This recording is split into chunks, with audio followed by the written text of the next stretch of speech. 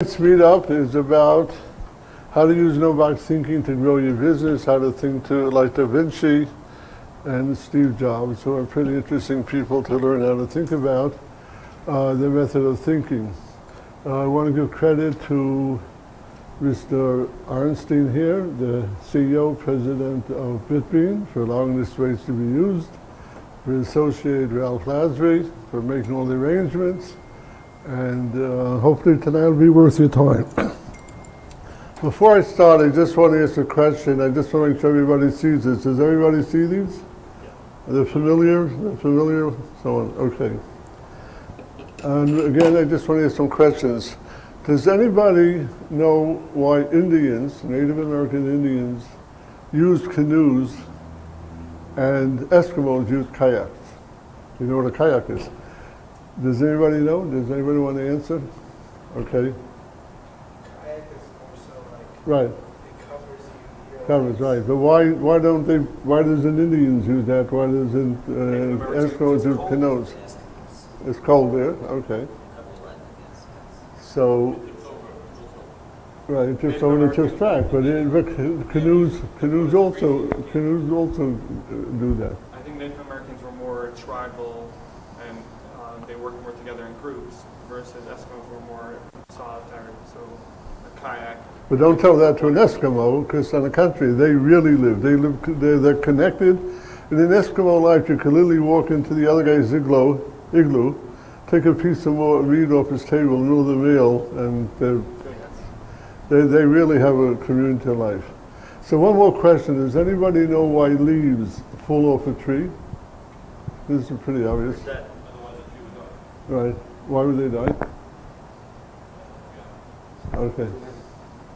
Okay. I just want to get this out of the way. I was curious. And one more question to get started. Does anybody here consider themselves right brain, which is creative thinking and so on? Okay, 1 hand, 2 hands, 3 hands, 4 hands. Anybody think themselves left brain, more organized, more focused? Okay. Does anybody here think of themselves as whole brain? Nobody. Okay. The truth is that everybody is whole brain. Everybody has capabilities both ways. It's a question of certain traits that you use and how you use them, but essentially everybody has the ability to be creative, everybody has the ability to be focused, and so on and so forth. To understand tonight, you have to understand how the brain works. Your brain has more memory than a supercomputer that got us to Mars. They've calculated that the supercomputer has only 80% memory storage compared to your brain. So just to give you an idea of what your brain is capable of doing. So the question I always ask, just as an aside, is how come if your wife tells you in the morning to bring home the milk and the bread, you forget? So the answer is you always tell them because your orangutan and the Rajwa, you were thinking about types, so you didn't think about the milk and the bread. That's one answer. But if you can't give that answer, you better come up with another answer. The answer is that we have, in advertising, we call it top-of-mind awareness. The brain, one of the things it does, it filters through things that are most pertinent to the way you think, and it brings that to the foreground. Because there is so much information that's going on. You sitting here right now absorbing many different elements of information. The guy beside you, what he's wearing, you're not calculating it, but your brain is absorbing it, and it's storing it and it's putting it there.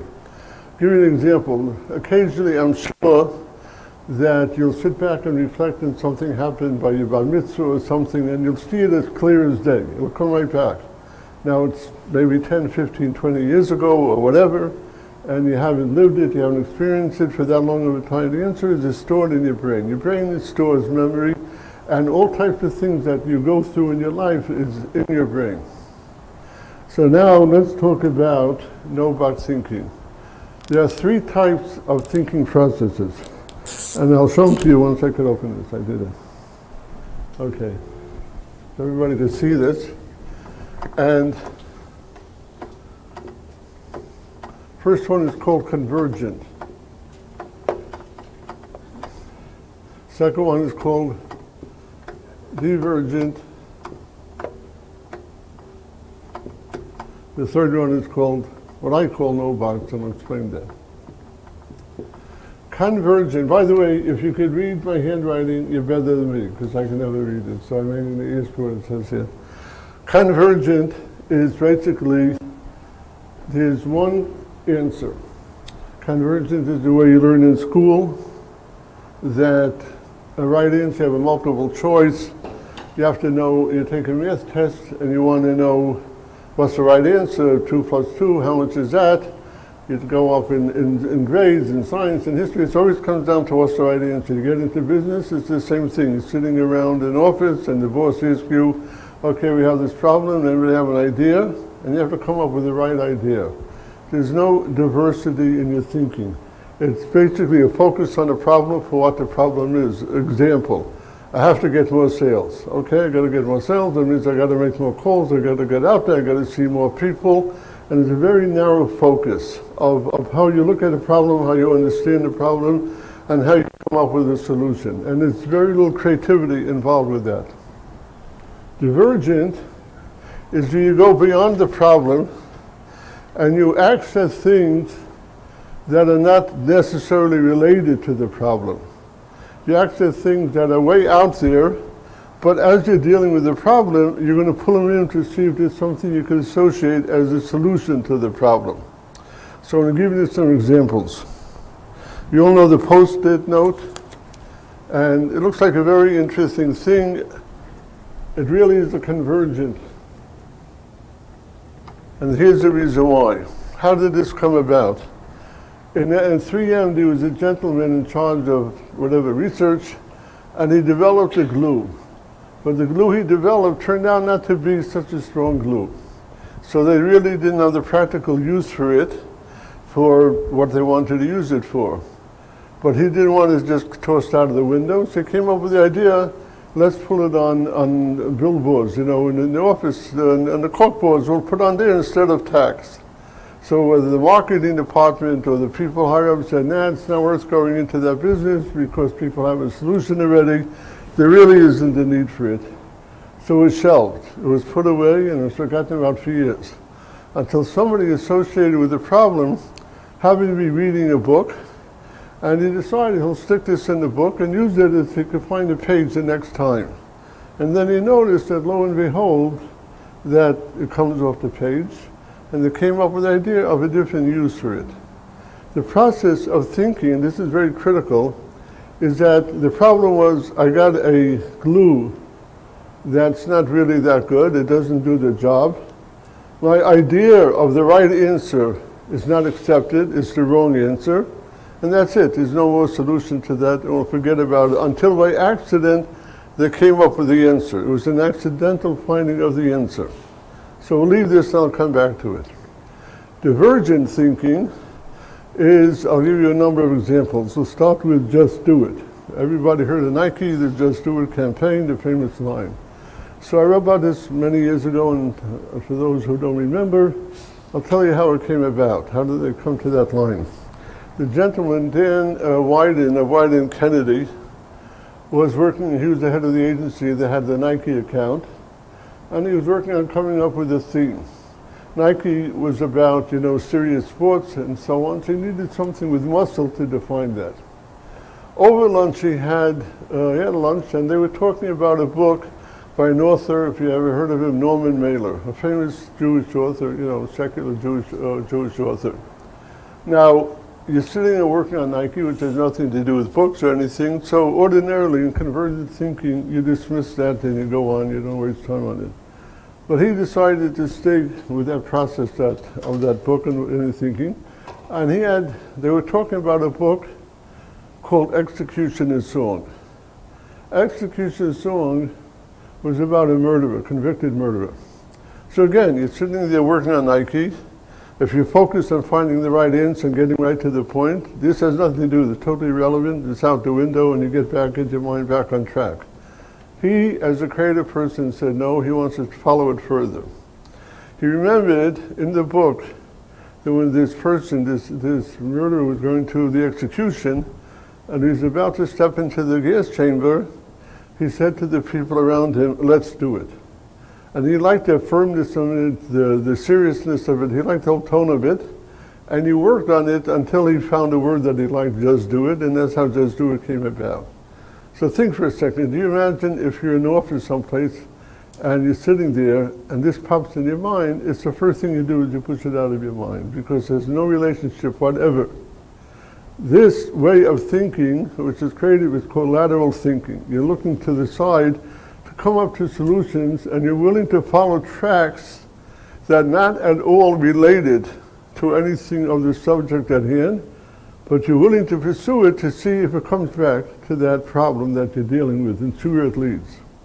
Another example, there was a bank in the South, I forgot which bank it is. It was a one-office bank, so pretty small, almost like non-existent. The manager decided he wants to grow the bank, he wants to expand it, get more accounts and so on and so forth. What most people do when they're in the industry, they look around the industry, they see what everybody else is doing, and they copycat it. You go to every bank looks alike, and it's all set up in the same fashion and so on.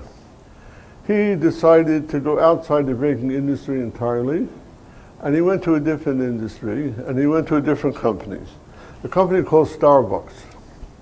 And what he thought about is that in any bank, when you walk in order to make an impression, you have this big open space, before you get to the teller. So like you have signs that are important. And he filled that space with chairs and tables, and a coffee urn, and newspapers.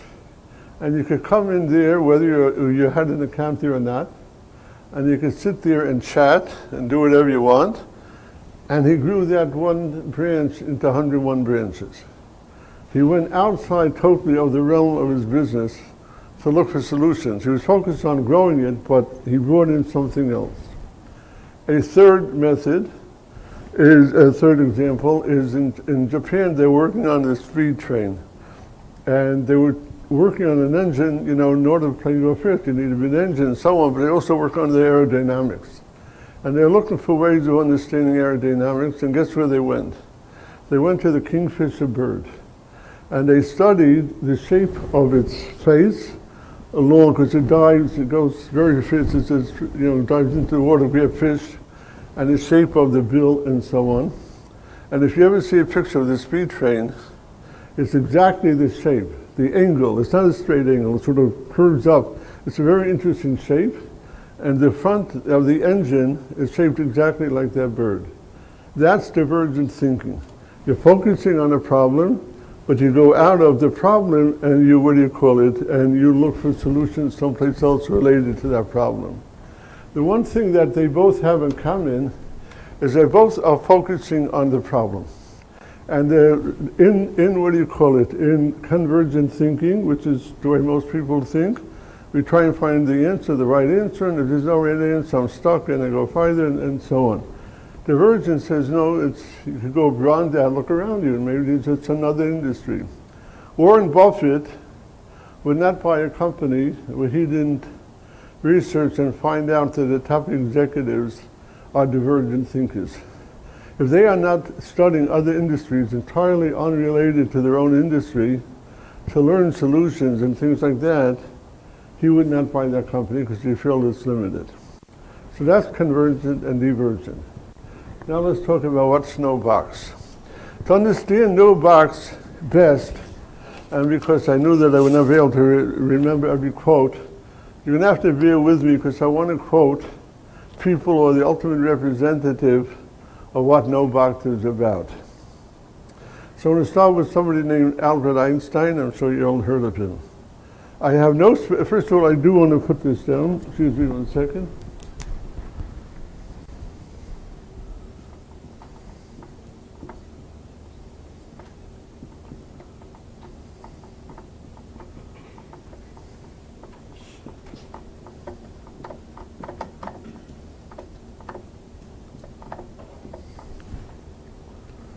No box equals creativity equals curiosity.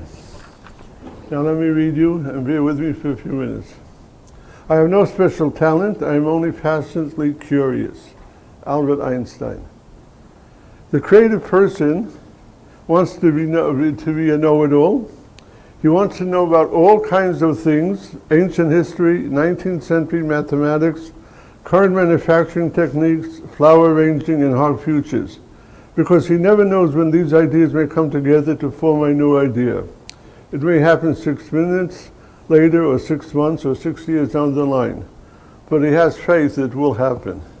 And this is by Carl Alley, who created the famous FedEx campaign when it absolutely positively has to be there tomorrow. Curiosity about all things in life in all its aspects, I think, is still the secret of great creative people.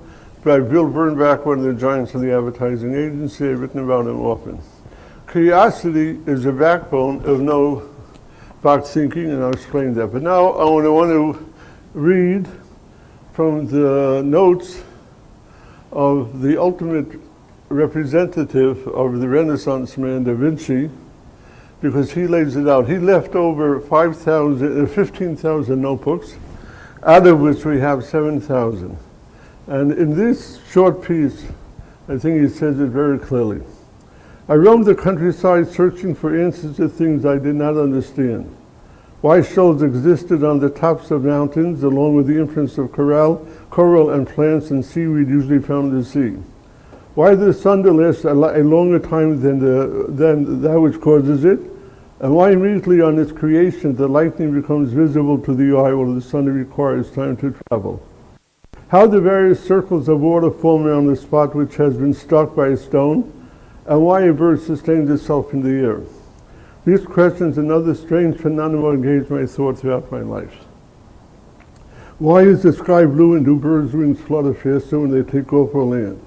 Find a master of hydraulics and get him to tell you how to repair a lock, canal, and mill in the Lombard manner.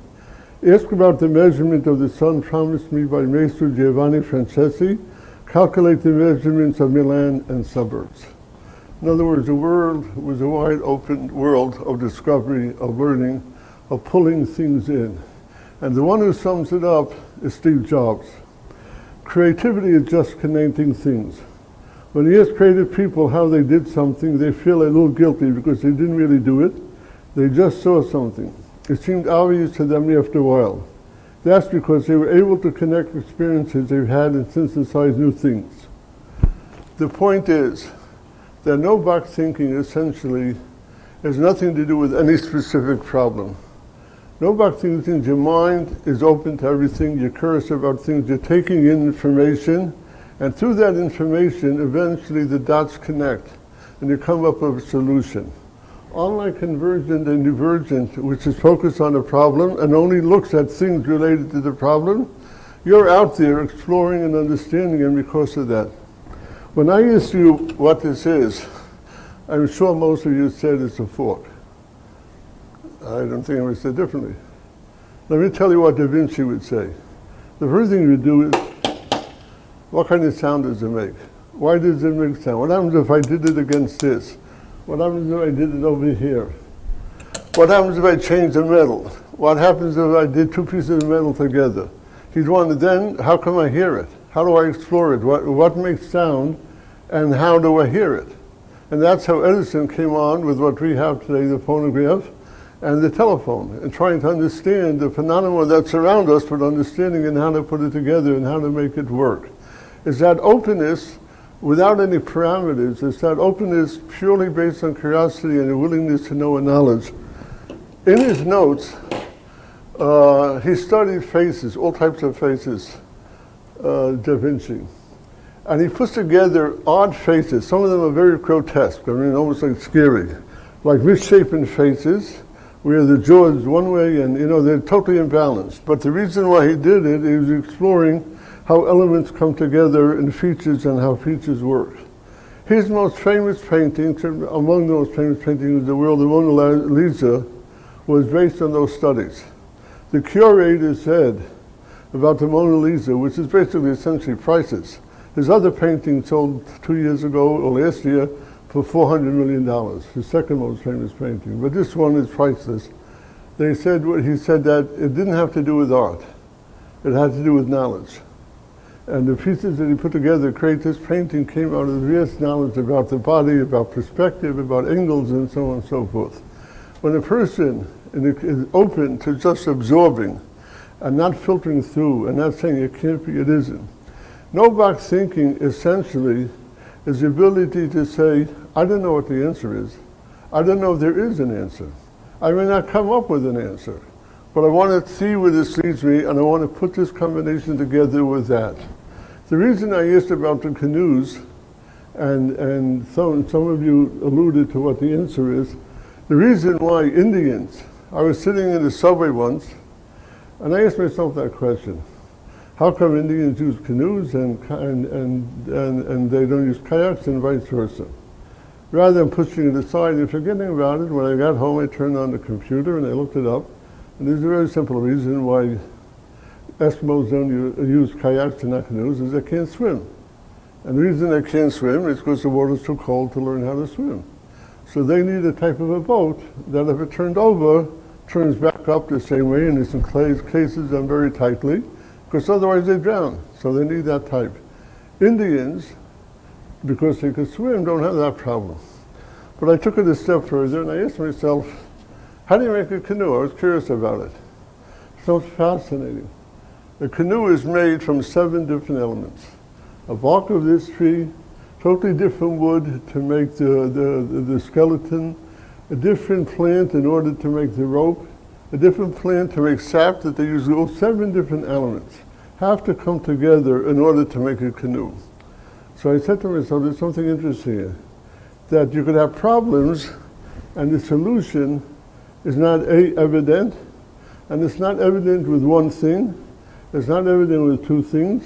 Sometimes it's the process of tying together unrelating things, but in the way they come together, it comes together. In this type of thing, no-box thinking, it's one of the methods that these gentlemen I'm talking about use, which is called combination, finding different combinations, I'll go into it a bit later, of how you put things together.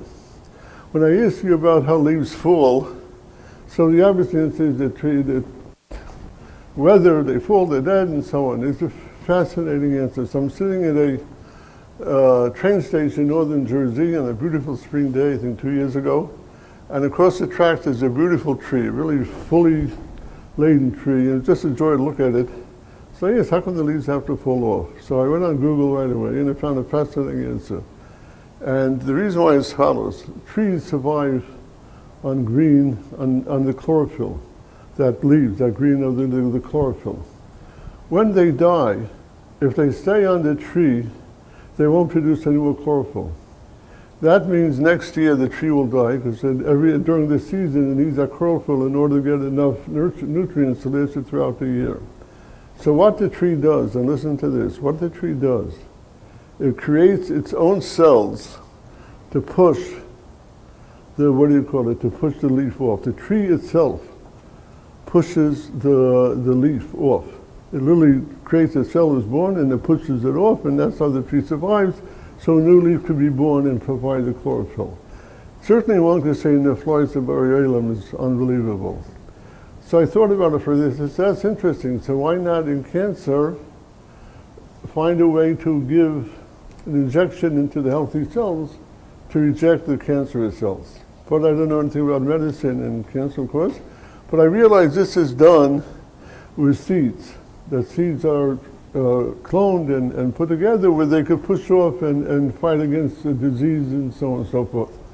About 2 weeks ago, I came across, and I think less than 2 weeks ago, the following. They are using the luminous gene of a firefly, taking that, injecting it into the cancer cells, and because they can now see where the cancer cells are, they're able to inject something in it that destroys it from within. A similar idea. Now think for a second. You're working on cancer, you're worrying about cells. We know certain things that they use, which are essentially themselves very helpful. And somewhere along the line, I didn't know the background of this, somebody came with the idea of a firefly and using its gene, which is a totally different related type of a study, obviously, nothing to do, and then finding a way to integrate it into studies. An absolutely wonderful case of no-box thinking. So no-box thinking is, I define it like this. Convergent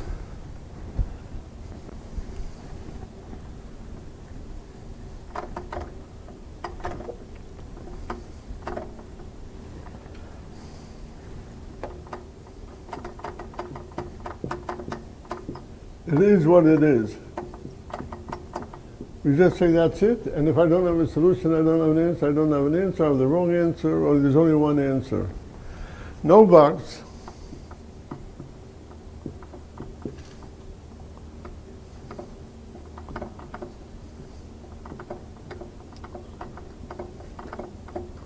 The impossible is. The impossible exists. There's absolutely no such a thing as impossibility. Without going into Hashkafa, because that's not my field, one could say that everything happens by Hashem put everything into the world. It's just a question of uncovering it and thinking about it in different ways to come to it. And I'm going to share with you different ways to think about it and then come to that. The other thing that I want to point out that's also super critical, which is very important,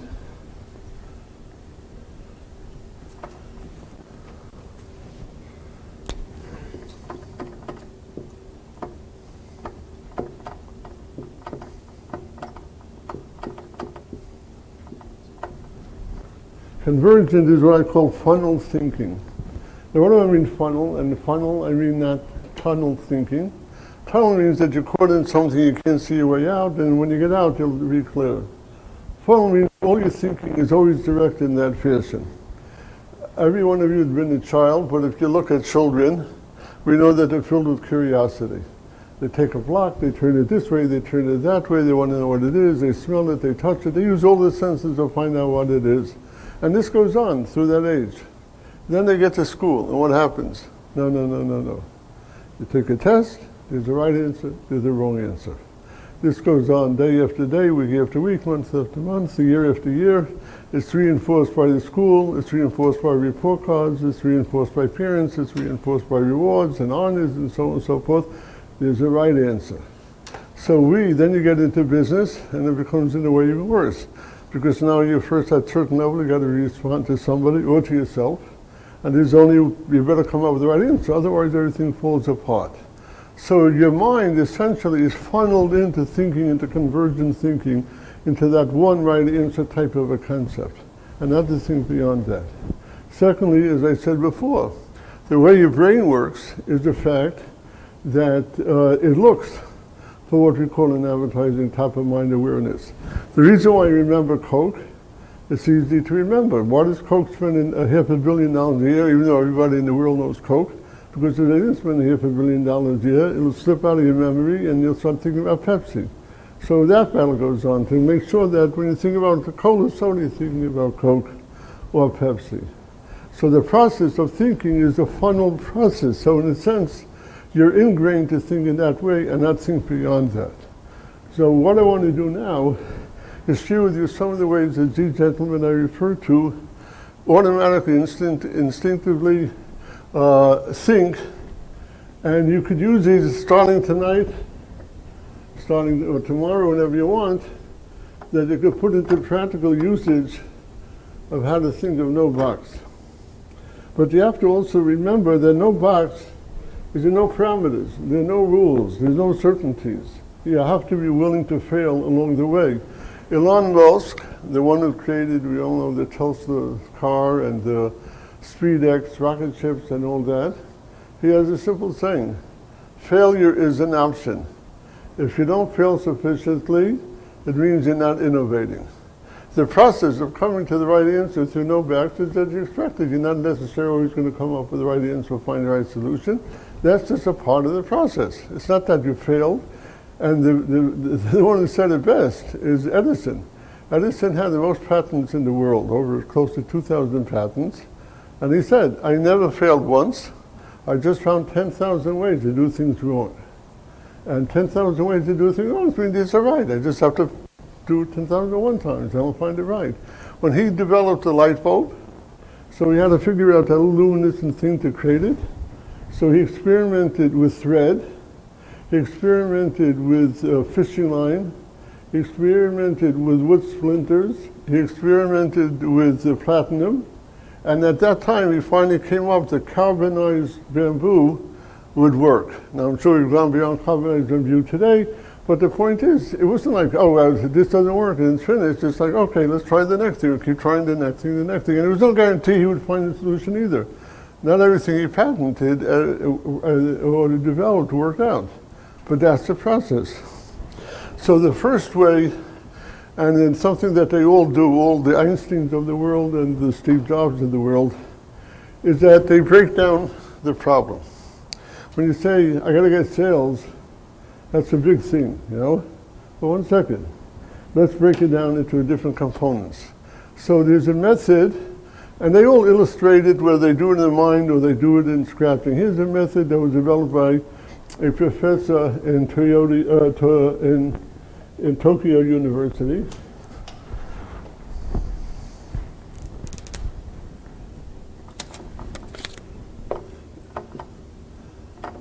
It's called the fish head method. Very easy to do, very simple. This is the issue that you're dealing with, sales, more sales, right? So usually you lump together and you're just grasping around. What you do is you break down the components. So I'll give you an example. One component is marketing, advertising. One component is quality of sales force.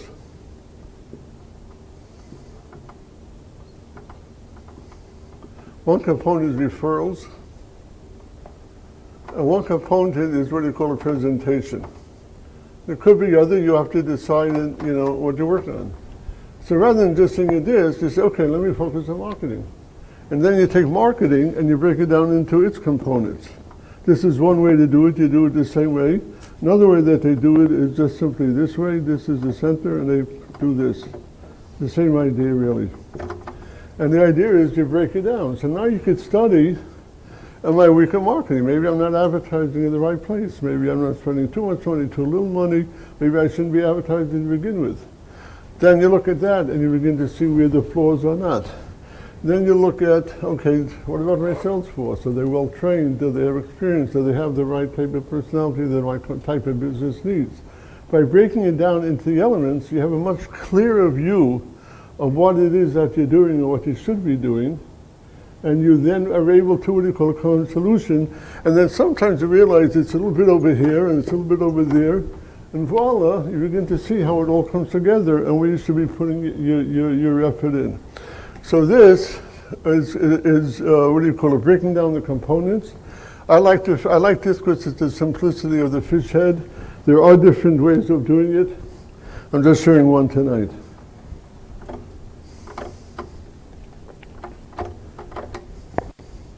The second method is also very powerful. Again, something that they do, and they all speak about it, and they all, but the notes of many different ones, they refer to it.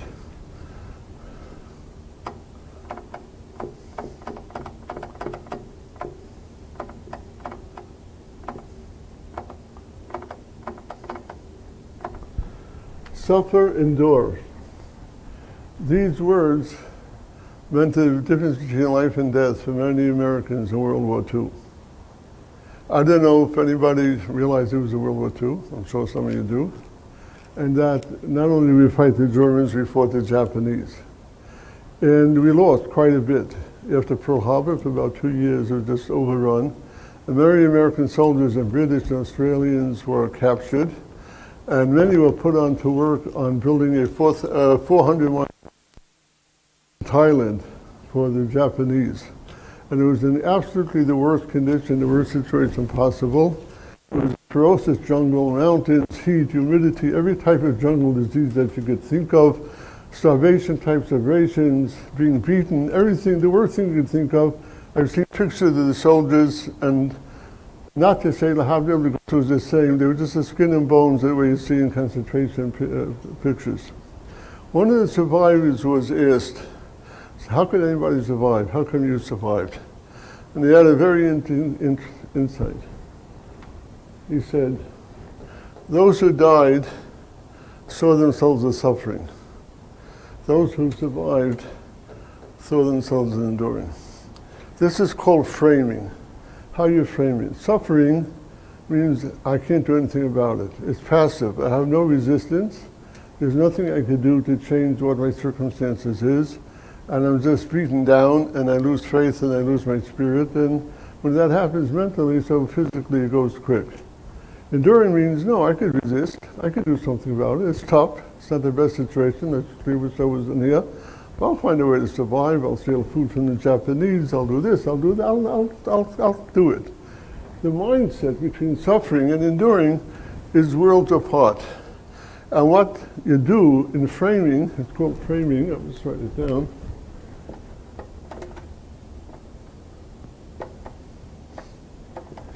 Is you frame the thing in different languages. So for instance, if I say I have a problem,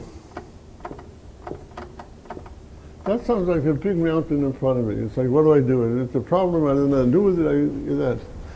But if I change it to, it's a puzzle, suddenly two things happen. A puzzle has pieces.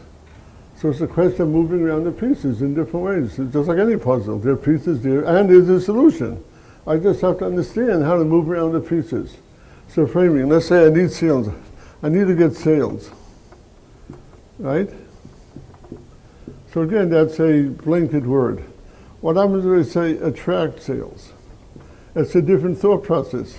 Is my presentation not good? It's a whole different mindset. So one of the things you could easily do is once you identify what the issue is, look for different synonyms. And when you do that, you're going to find different ways of thinking about it. It'll open up your mind. Remember what I said up front, and I will emphasize this. Your mind has a storehouse of things going on that occasionally you tap into, and mostly you don't, but it's there. And when you start using different types of phraseology, you are in a sense touching base with those different parts of the mind that react and think about it and bring it to the surface. So finding different ways of framing the problem is again a key way that they do, and they frame it in many different ways, and they look at it in different ways, and so on. Another thing that they do is they just look for combinations.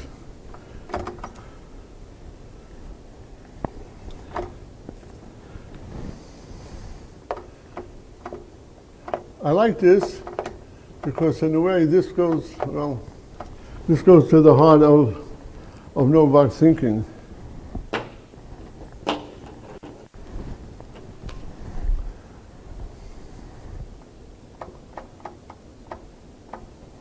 What this means is you're totally free to compare anything to anything. Because again, what you're doing is you're unlocking your thought process. You are freeing yourself to come up. So for instance, if you say team, and you're thinking about the team at the office, and you say, what do you call it, car. Not necessarily related, so you begin to think, so where will there be a connection? Another way to do it is that you just put down words like this, meaningless words that have no relationship, and you start thinking about the components of what's an elephant. An elephant has a trunk. What does a trunk do? It lifts things. It uses it to survive. It's an extension of the body. So how does that connect? I mean, that's how you start thinking about luminescence, and you start thinking things, because you're free to think in any direction, and you're free to allow your mind to think in any direction. One of the things that happens in this type of process of no-box thinking, we all know the famous story of Eureka. Archimedes jumped into the tub, and suddenly the water came out, and he figured out displacement and all that. The fact is, there's nothing ever happened in the world of creativity that just suddenly happened. It's always that you've inputted into your brain a question, an issue, and you let the brain run free to work with it. You let the brain run free and just absorb it, and you sleep on it. The famous sleep on it, or be in the shower and people get an idea. The reason why is because you moved away from the problem, but your brain is working on it. And when the famous Newton got hit on the head by an apple and it discovered gravity, let me explain. I got hit in the head, and I guarantee I was not thinking about gravity. I was looking for a gun. But anyway, the point is, what happened was he's sitting there, and he'd been working on mathematical issues, and he calculated, when he saw the apple fall, that the distance increases the velocity of the speed. So the higher you are, the greater the speed. So then he started tracking what happens if you fall off a high tree. then what happens if you pull up the moon? And then how come the moon doesn't fall? So you realize that there's something pulling in this direction. There has to be a counterforce. And they came up with gravity, the whole concept. Newton is considered till today a giant in science. His work is still studied. And what do you call it? And that theory is part of the EMC squared, Einstein's theory of relativity. Gravity plays a big role in that. So the idea that you free your mind, that you look for different relationships, and you don't say, I can't beat it, it's stupid, what's an elephant have to do, what's a car have to do, whatever it is, that's totally the reverse of no-back thinking. No-back thinking says there's no rules, and anything is possible. The possible is possible, it doesn't exist. Just let me put it, and then over time, divine too begins to discern what's relevant, what's not. It starts pushing away things that are not, and you start getting a clarity with the problem that you're working on, and it comes into focus. Another thing that's done, Einstein did, many people do this, is they think in opposites. They purposely say, what's the opposite of this? So, a classic case, and if it's worth going online to see it, if you ever saw any of Picasso paintings, he'll show you a face, the same face from different angles at the same time, one plane. The nose this way, the nose that way, and an eye over there, and an ear over there. I mean, the part of this has to do with psychology of the time and so on and so forth, but he works in opposites. Einstein's MC squared is working in the opposite. He asked himself a question when he was 17. If a car is traveling in space at the speed of light, and he turns on the light, the beams, will it stay equal to the beams, or will the beams be ahead of it? Does anybody want to answer that? No. The answer is, and I could divulge a little bit of it, I can't divulge all of it because then I'd have to kill you and it's not permitted, so I'll give the answer. The answer is that the car isn't moving. So listen to this. The speed of something is relative to something else. As long as there's nothing else, it's not considered moving. In space, there's nothing else. It's stationary. The beams, in contrast to the car, are moving. They were thrown forward. They're moving at 186,000 miles an hour, so the car can never, it's impossible to catch up. That concept of opposites is the basis of EMC squared. That things that seem to be totally contradictory, you almost can't think about, he put it together. And that ability to say, let me just see, if I take two opposing forces, where does my mind lead me? Okay, I'll give you an example. I'll give this example. If you have a restaurant, and you ask yourself, a restaurant without service, a restaurant without food that doesn't charge, a restaurant without food, obviously, right? But suddenly you begin to say, well, that's interesting, so maybe all it is a place to call up and it delivers food. There's no food there, okay? Maybe instead of food, instead of charging, it's a barter, or maybe it's not, maybe whatever it is. But it allows you to think beyond the way you're thinking. It pulls apart your regular thinking way. It takes you out of that funnel vision that makes you think only in one direction. The restaurant has to have food, has its charge, and has our service. It allows you to break totally clear of that. All of these methodologies are meant to break that funnel thinking that you have by upbringing, by education, and by instinct also, and say, 1 second, there are many, many options. There's no way that this can't be done. So again, I just want to say that everybody is accessible to no-back thinking. And all no-back thinking simply says is that Hashem created the world. The answers are all over. If you're building a canoe, nobody ever told an Indian that, what do you call it, to take the in the map, to what to do. Nobody told an Eskimo how to make a kayak. The solution is there. It's just a question of finding different ways of going after the solution, and then eventually you're going to come to an answer that's right for the problem. And you may come to many answers, and you may fail along the way. In fact, you will fail along the way, and I would almost guarantee it. But that's the beauty of it. Somebody once asked, what is it, tip of my tongue, the major playwright who had like 5 hits on Broadway at one time. you know, how do you write a hit play? Because the answer was, rewrite it 1,000 times and then come back and ask me. And when he wrote his autobiography, he called it rewrite. Yeah, there's work going in and finding the answer, but the process of finding the answer is beautiful because then you find ways that you had never thought of. And EMC squared, and he himself said, Einstein said, I never created anything, it was there, just a question of I found ways to put it together that nobody ever thought about. So hopefully this is benefit, and hopefully that you have an idea what our thinking is about. Thank you.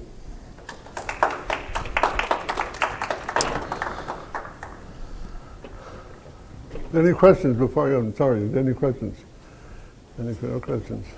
Yeah. Like, how do you apply, like, no-box thinking? Do you apply the questions, or just? No, yes, like I said, I think that I purposely gave that order. I think the first place to start is breaking down the question into the components. That fish head I really like. You begin to see the elements of what your question is. That I feel is a good place to start when you have a problem in front of you, sales or whatever it is, you know, whatever you want to do, just break down what are the elements that make up the whole. And then you can see each one individually. I like framing right away because framing says sometimes you get stuck with the way you understand the problem gives you a very limited way to think. But if you change it, your mind starts seeing it from different, you begin to see 1 second, there's different ways of understanding it, and then opens the door to different solutions. Then it's a question of challenging itself with opposites, with different combinations. By the way, I just want to mention one other thing. As a way of executing this idea of unlivering your mind, is that, you know, you're sitting there saying to yourself, you know, it's very nice, but I'm not DaVinci, and I don't think I have a million ideas, you know, they're looking all over the world, and so on and so forth. So one of the suggestions is, and this has been done often, is open a magazine, a newspaper, or something, a book, and read it, and then take the principal idea and see if you could apply it to your project. Even classify ideas. There was just to give you an example, there was an engineer who had a problem. He dug a big hole, there was a big hole that he had to put a big heavy piece of equipment in, but in order to do so he needed a heavy crane, and the project didn't have the budget for that crane. He happened to be reading an article about Eskimos, and he came up with the idea. He loaded the hole with ice. He was able to push that machine on the ice, and then when the ice melted, there was a machine at the bottom of the hole. So the idea was triggered because, so what I'm saying to you is when you talk about DaVinci, walk around the world and seeing everything, yeah, I think that's what you should do. If not only to see Bari Olam, but besides that, what do you call it, if you read material, and you sort of absorb it and say, okay, so could I apply this to it? Or I put down different words and I begin to think about the elements in them. Your mind, you're freeing your mind. Remember, your mind is a storehouse with greater memory than the supercomputer that we have today. There's a lot going on there. It's just a question of bringing it to the surface. One of the techniques that you use, if you want to use, certainly when you come in with a writing idea or whatever, is to keep writing. If you're looking for an idea, write for 10 minutes straight, without any critique, without any looking at what you wrote. Because what happening is the first couple of minutes you're writing down what's obvious in your mind. When you're writing more, you're forcing your mind to dredge up other ideas, and it starts coming out. It's not the idea, is you're looking to go deeper and deeper and deeper, and not stop and critique. Afterwards, you go back and you say, this idea sounds interesting, let me explore this idea. The point is, your mind is loaded with ideas. The world around you is loaded with ideas. The idea is just to free your mind, get out of funnel thinking, recognize that you have extraordinary capabilities, there are no parameters, accept the idea that impossible it exists. There is no such a thing as impossible. So all it is a certain amount of work, but you'll find the work quite interesting and quite fascinating because you keep on covering things. Any other questions? Okay, thank you.